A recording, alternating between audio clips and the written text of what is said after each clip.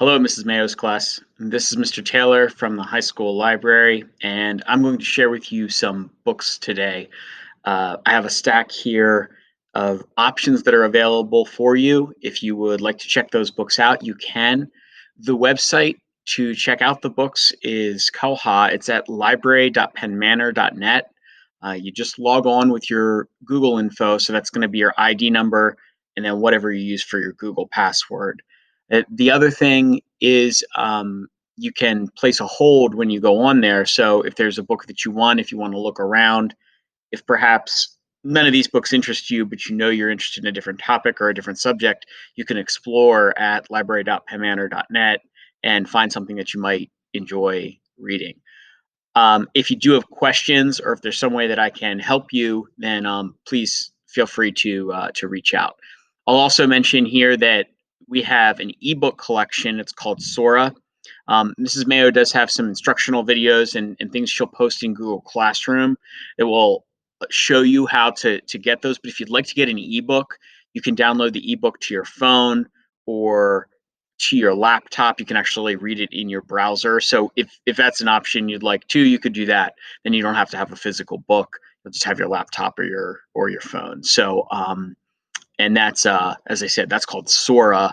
Used to be called Overdrive, but they're the same thing. So we have there's a few thousand books in that collection, and a lot of fiction or independent reading types of books that you might want to use for your Friday reading assignments that you have. With the stack that I have here, I'll kind of do it on a first come first serve basis. If you're interested, just let me know. And as I said, you could put a hold on it, or you could email me at jeffrey.taylor@penmanor.net. Or you could even let Mrs. Mayo know that you want it, and she would reach out to me. We'll bring it to the classroom then and drop it off for you. And then you just have to renew it for as long as you want it. You get the books for 2 weeks to start off with, but then every 2 weeks, we either want you to renew it or bring it back. As far as bringing the books back, a lot of people aren't really sure where to bring them. You can just take them to the main office. There is a box in the main office. There's actually one in the cafeteria too. There's an empty. It's down near where the emptying vending machine is, and we have one outside of the library. But the library is really kind of far off, and not many people pass by it. It's in the new building. It's in the basement of the new building, kind of on the far side. But you're welcome to drop it off outside of the library too. There's a bin there. So, with all that said, I'll get into talking about some of the books. I always like to start off with a couple of nonfiction books, and so I'll share those with you.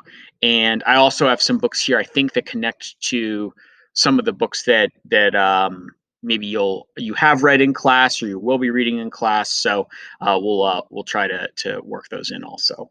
I'm going to begin with one that is Port Chicago 50. And this is a true story, as I said. With Port Chicago 50, what you have is during World War II, it's 1941, and you're on the West Coast. The Port Chicago is actually in San Francisco, and they are loading bombs to be used in the Pacific. Basically, they're sort of prepping for World War II, for Japanese, for fighting in the Pacific. And these bombs are extremely dangerous, and all their protocols, the things they're having them do, are really unsafe. They're not handling these explosive materials well. One bomb goes off, it kills nearly 200 people. And what makes this that's just kind of the beginning of this story, because what you find out through the book is that by far the majority of the soldiers that are working on this, that the Navy sailors that are working on this, are black. And not only are they black, but also they have really been given this job that is super dangerous. And right after the explosion, 200 people dead the same day, they tell those people who survived to go back to the docks and begin loading the boats again.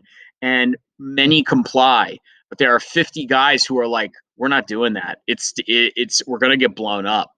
And it's about what happens. It's about mutiny. It's about kind of taking a stand. It's about the treatment of American soldiers. So that's Port Chicago 50. If you're interested, take a look take a look at that one. So another nonfiction story that I have connects kind of with playoffs, the Super Bowl, everything sort of going on right now with football. If you're interested in watching that, so the Saints are in the playoffs. While I'm recording this, they play this weekend, and they play Tampa Bay. So who knows how that game will end? But I thought it was a good chance to highlight Drew Brees. So Drew Brees is kind of an interesting. If you enjoy football, he's pretty much like guaranteed Hall of Fame spot. He's probably near the end of his career. He might even retire this year. And this is a story about when he was playing for the Chargers, and he was the starter for the Chargers for years, a few years, and he got a really bad shoulder injury just as he was hitting free agency. And they were like, you know what? It's too risky to sign him. It's not worth the money. Like, we're going to let him go. And he went out and tested free agency, and the Saints took a risk on him and brought him in, even though there were a lot of questions about his shoulder and whether or not he would be able to play again. So part of the story is about that, is about his recovery. It is about the Saints. It is about Hurricane Katrina. It is about the Super Bowl that they won. And there's so many interesting storylines to that Super Bowl team. But it's also about Drew Brees and his convictions. He's a man of faith, and he talks about that in the book a lot, about what that sort of means to him on as far as football is concerned. So if you're interested in a personal story, a personal narrative about a sports figure, this might be one to try. It's actually called Coming Back Stronger, but Drew Brees is the main focus of the book. Now I'm going to switch to some books that are uh, genre fiction. So these are going to be books that I try to hit a bunch of different types of genres. And as I said, some of these books are ones that will connect with maybe other readings you have in the class or other readings that you've done in the class. So I'm going to begin with a book that I really liked. Is called Darktown. It takes place in Atlanta in the 1950s. And it is about the first regiment of black cops in Atlanta. And what makes it interesting is there are these murders that are taking place in this black neighborhood, and no one seems to really care about them. The cops are sort of like, not our problem. This is why we have the black police force. They can go down there, they can deal with it. However, when these guys go down to investigate, and based on what they find, what they realize is there's a much larger conspiracy going on here that involves some of the other members of the police force. And you've got this kind of corrupted police force story. You've got this murder mystery story. You've got this suspense story. It's got a lot of neat elements to it. So if you're looking for a good crime novel, um, this may be one that you would really enjoy. Again, that's called Darktown, and that's by Thomas Mullen. The next book that I have here is called Ghost Boys. So, Ghost Boys, trying to cover his eyes there. Ghost Boys is the story of a young man. His name is Jerome. He is shot and killed. He's 12 years old. But what makes the book kind of interesting is that he is a ghost in his neighborhood. And essentially, he sees the comings and goings of everyone in his neighborhood after his death. And it's kind of about him putting together the pieces of his own murder and what happened to him, and also finding out about other kids, these other ghosts who kind of almost like haunt their neighborhood. So, it, again, connections with kind of what's going on as far as in real life, and but also there's little bit of an element here too with just this sort of reflection on the neighborhood he lives in, and everything like that. So that's called Ghost Boys. The next book that I have here is called Black and White. It's a great sports book. It's a basketball book. These two characters in it are both on a kind of like a rec. Well, they're on their high school team too, but they're on the basketball team. Neither of them have very much money. They find a gun. One of their grandfathers has a gun kind of buried in his attic, and it was something like an old something he had kept, and which was just put into storage. and they get this idea that they can take this kind of empty gun and go out and rob people, use it like a prop, but basically mug people and get money. And the point of this is really so they can buy basketball shoes, so they can buy stuff. And it's about what happens when they do that, and the repercussions for both of them. This it certainly takes a dramatic twist in the book, for sure. It's just interesting. It's told from both of their points of view, and it really covers kind of the choices they make. So that's called Black and White. And then this next one, we have this is just in the general fiction section. Doesn't really fit into a genre so much, but it is kind of a neat story. It's called Jackpot, and it's by this guy Nick Stone. He wrote another book called Dear Martin. And what's interesting about this is that he in it you have this young woman who works in a uh, she works in like a five and I don't know, not a five and dime, more like a convenience store, and she basically sells this lottery ticket, and the lottery ticket is like $100 million like winner lottery ticket. She just tons of money, and she sells it to someone, but that person never goes to claim it. And she figures if she goes and finds the person who bought this ticket, maybe that person will kind of give her or part of the reward. And the only other witness to this ticket being purchased is this other guy. His name is I'm gonna forget it here. Zane. So you have Rico is the main character. Zane is kind of the tag along who helps her to sort of figure out what who bought this ticket and what happened with it. And it's about the two of them basically trying to find this like $100 million lottery ticket and the guy whoever purchased it. And but the book really ends up focusing on the two of them and their differences and their similarities and sort of what happens when they go to find this cash. So that's called Jackpot. The next book that I have here is a horror book, kind of one of those more fun style of horror books. This is called "Can You Survive the Zombie Apocalypse?" So, if you maybe you remember when you were like in I don't know elementary or middle school, you made a choose your own adventure books. I don't know if those are popular still or not, but basically, as you read the story, your character makes choices, and then it has you jump to one page to the next page to the next page. And this is a book just like that, except the premise is okay. It's the zombie apocalypse, make your choices, and you kind of jump from choice to choice to choice and try to figure out if you can make it to the end and survive. Kind of a fun book. Can read it in a bunch of different ways. I keep getting eaten alive by zombies, so I'm certainly don't seem like I'm going to make it. But if you're interested in something like that, again horror, but not really scary horror, more sort of a fun choose your own adventure type. So that's Can You Survive the Zombie Apocalypse?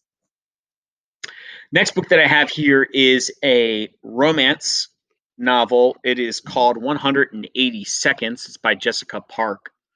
So it features the main character as a college student.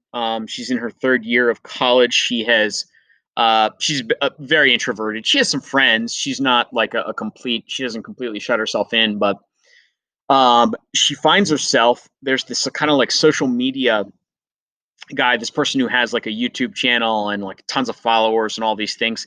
And he's doing this event and she goes to it and it's a social experiment. Essentially, they kind of meet and there's this they for 180 seconds they basically have this like short exchange and she goes to it not really expecting to kind of be part of it but gets pulled in and for 180 seconds she's after 180 seconds she suddenly becomes kind of internet famous and it's about the repercussions of that but it's really about her relationship with this guy who is this media has this following and has it's about what happens between the two of them and kind of the in those 3 minutes that they're together. So again, if you're interested in a romance, kind of a newer romance book, that one is called 180 Seconds.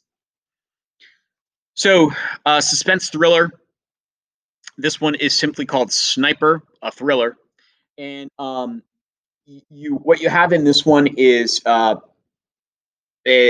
a murder, a homicide in Boston Common. Um, Police detective comes in to investigate, and after looking at the scene, examining the facts, he is able to determine that whoever did this was a highly trained sniper, someone who probably has military training, and they have to find this person. The main detective also was trained, and so the book ends up kind of being a sniper versus sniper story. He's trying to piece together all these clues and about this guy's training, about his background, guessing at who he is, trying to figure out who his next target is and why he is. Is he a mercenary? Is he does he have an agenda? And so the detective is trying to piece all of this together as we're following the sniper around the city, and he is choosing his targets. And of course, the detective becomes eventually becomes one of them. So it's that's simply called Sniper. And if you're interested in one like that, you may enjoy the story. The next book that I have is a war book. We have it in the war section. It's called Between Shades of Gray, and this is a war book that takes place in Stalin's Russia. So while Stalin was in control of Russia, and he was even a U.S. ally during World War II, but essentially he certainly ran his country as a like a dictator, and he was a dictator. And one of the punishments for kind of being against the state was you would go to Siberia. And Siberia was is very far north in Russia, super cold, and they had these labor camps there. And so our main character is this young girl whose father is sentenced to Siberia, and that means that the entire family has to go. And so they're basically packed up, forced onto a train, and sent up north into a labor camp for him to serve his sentence.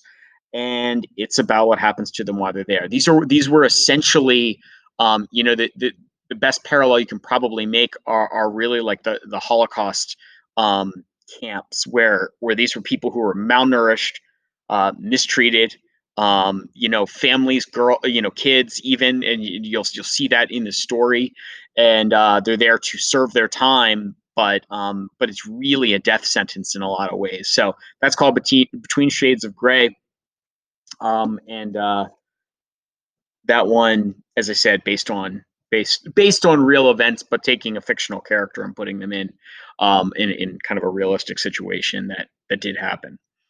So the next book that I have here is a sci-fi book called Warcross. It's by Marie Lu. Marie Lu wrote the Legend series, which was pretty popular. Warcross is science fiction based on sort of a video game. Our main character is a hacker who doesn't have very much money. There's this game called Warcross, and essentially, I mean, for lack of a better understanding, it's a little bit like Fortnite. Like it's virtual reality. It's way more intense and things like that. But what you have are these competitors who go in and essentially try to beat one another, other teams, and sort of outdo each other in this game. And there are prizes and there are sponsors and there are all these things. And it's kind of become this huge phenomenon.